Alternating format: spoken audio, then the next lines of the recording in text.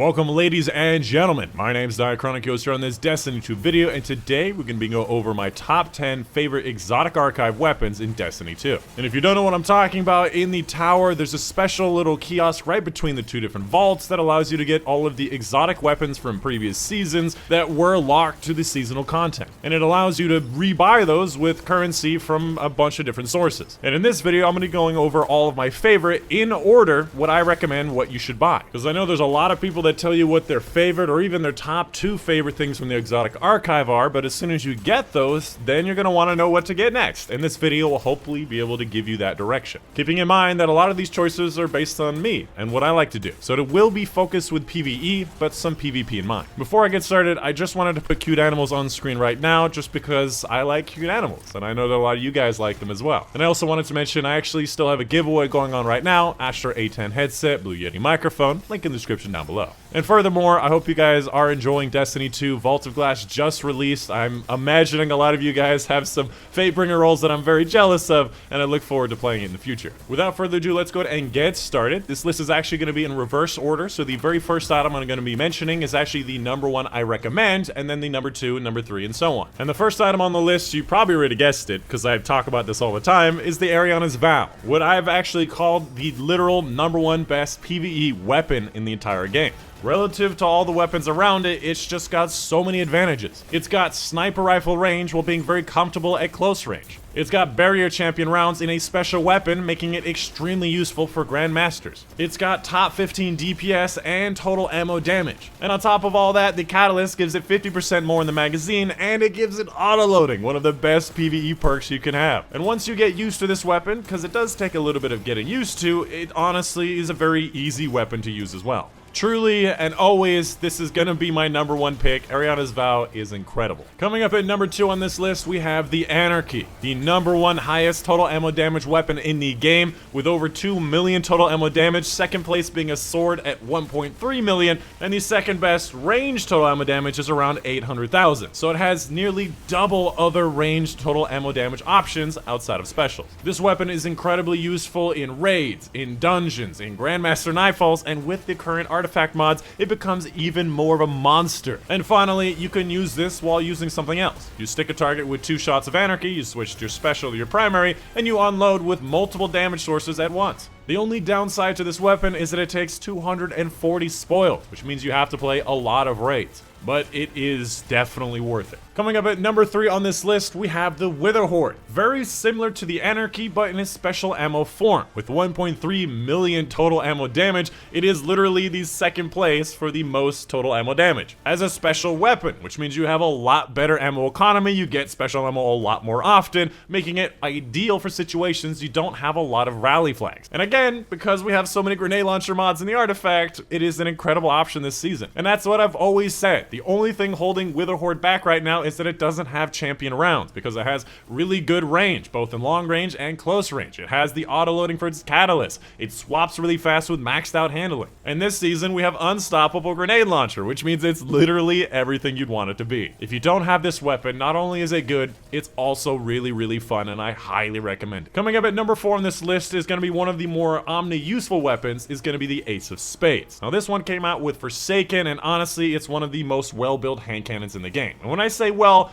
I mean overpowered. When you look at its stats, its range is 78, which is more than most 120 hand cannons. It also has a 13 magazine, which is much higher than, again, a lot of 140s. Its recoil pattern is a perfect 100, making it very easy to use. Honestly, most of its stats are also pretty good, just a little bit lower handling. And finally, its perks are actually the best part about it. It not only has high caliber rounds, but it has 2 special perks, which are actually 4 perks. Memento Mori gives you that extra kill clip damage for 6 shots until you use it or you switch weapons, and you gain radar while aiming down sights. Again, 2 perks. And the other one is Firefly, which is basically Dragonfly plus Outlaw. Used to be the only weapon that had this, which gave you solar splash damage explosions, which also worked with the Warmind cells. And honestly, I really don't know how else to build a better hand cannon. It is an excellent use for both PvE and PvE, and I'd highly recommend it. Following that, at number 5, we have the Felwinter's Lie. A lot of people don't actually actually realized there is a legendary section for old ritual weapons, and the Felwinter's Lie is never going to be sunset because it's part of that group that's not being sunset. And even though it technically got nerfed because they removed quick draw from the weapon, Surplus is still an excellent alternative to quick draw, and truly, it's still the most ridiculous PvP special in the game. You have to keep in mind that it has shot package, making it a lot more consistent. It has full choke, it has a ranged masterwork, it has accurate rounds, it has slide shot, vorpal, opening shot, and surplus. It is literally the best built shotgun that we can have, and it's still tearing it up in the Crucible. And to top it all off, it's pretty cheap. Coming up at number 6 on this list, we have the always on time exotic Sparrow, which many of you probably didn't even realize is in the archive. Now on paper, this Sparrow does not seem to be worth it, considering it takes you 240 spoils of conquest, but there are some hidden perks on it. The main perk that everybody knows about is that enemies are less aggressive against you, which means they'll shoot at you less often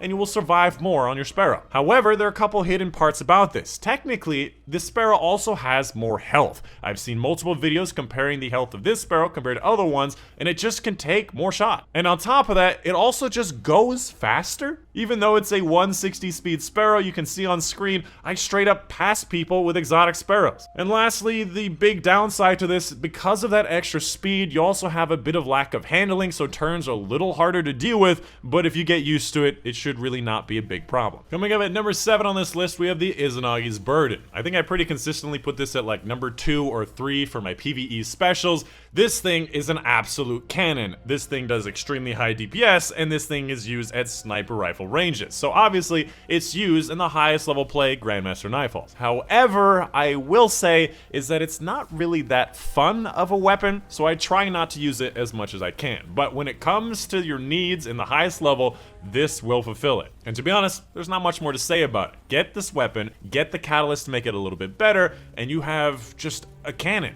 Coming up at number 8 on this list, we have the Truth, and many people have probably seen this pretty commonly in PvP and in Gambit because of its tracking rounds, its proximity explosions, and just in general being an easy weapon to use. Now, something that not a lot of people realize, it's also a really powerful PvE option. Last season, I measured its DPS as the second highest DPS in the entire game, second only to the Lament's burst damage. So overall, it has the number 1 best DPS in the entire game. Keeping in mind that you use these shots fairly quickly, you only have to reload twice, and it has 8 rockets and 3 into 2. And I guess that's it. I mean, that should be the reason why you get it. There's not much more to say about it. Coming up at number 9 on this list is the Bastion, one of the most fun and easy weapons to use. A lot of people know it in the Crucible, being very effective because it's high damage, even being able to kill all enemy supers in the game with 1 burst, which means it's also really high damage and easy to use for regular enemy. Now, the thing that actually excites me most about this weapon is the changes they made to it that made it a powerhouse in PvE. So they changed it to not have that chip damage through shields thing to being unstoppable rounds, which, if you did not know, is the only special ammo unstoppable weapon in the game right now outside of the artifact. We currently have Arias Vow for barrier rounds, we have the Divinity for overload rounds, and now we have the Bastion for unstoppable rounds. And the reason why this is significant is because these special ammo weapons do a lot more damage a lot more quickly than primary ammo weapons. Whereas before, you may be stuck with double primary ammo weapon just so you can handle those champion rounds. Now we have an option for every single different type of special ammo, which really does help with your damage output. And the Bastion is no slouch, it has pretty good total ammo damage, especially for a fusion rifle. And finally, coming up at number 10, we have the Traveler's Chosen, an exotic sidearm that is really useful in any build that you need your melee or your grenade, because every kill you get with this weapon gives you more ability energy back when you hit the reload button, which obviously, if you played some Crucible, is extremely useful in the Crucible because there's so much stasis melee. So for example, if you're playing a stasis warlock with cold snap and that regular freezing melee, you go ahead and you freeze an enemy with that melee, you get the kill with the sidearm. You then throw a cold snap grenade at the next enemy, you freeze them, and you get a kill with the sidearm. You hit the reload button, and you have both your grenade and your melee back up to 60%.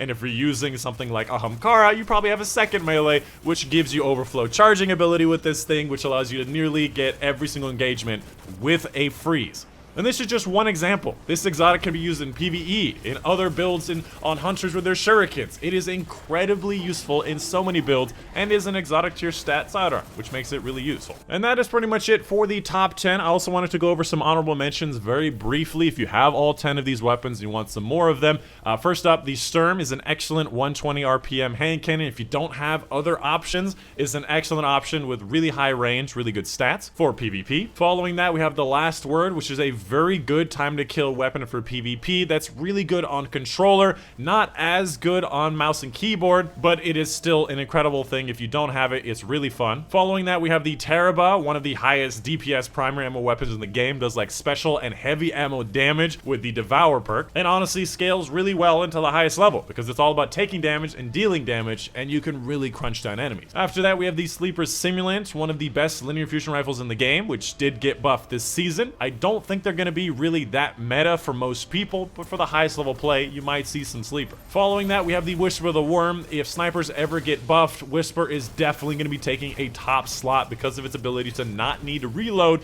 and just generally having a lot of shots. And finally, the Jotun, a weapon with pretty decent DPS, decent total ammo damage, really high ease of use, can be used at any range right in front of you and far away. You can go in and out of cover with it. Honestly, the only thing it's missing is some type of champion round, so if you ever get fusion rifle anything for the artifact mods, this is definitely going to be a lot more useful. The downside, again, is that it's more of a jack of all trades and not really a master of anything, which is why you don't see it that often. But if you don't have a lot of the top weapons, Jotun is an excellent option. And that is going to be pretty much the end of the video. Cute animals on screen right now to say thank you for making it all the way to this point of the video. I know that some of you were just about to close this tab, but the cute animals brought you back, because it really does mean a lot to me that you guys watch all the way to the end. It really helps with the algorithm, retention time, and getting this video out to a lot more people. And of course, a big thank you to my patrons on Patreon. Truly, without their help, I would not be able to make as many videos as I do, and I definitely would not be able to make the spreadsheets. Specifically, I want to give a big thank you to Mary Voodoo, Mom and Dad, Charles Williams, Dr. Strange, Joe Smith, Mike, Nella Hoppins, Steve Bachman, Stitcher Rare, Raymond Machoner, Uter Panther, Cole Sherm, Casey Reagan, and Badgie for their support on Patreon.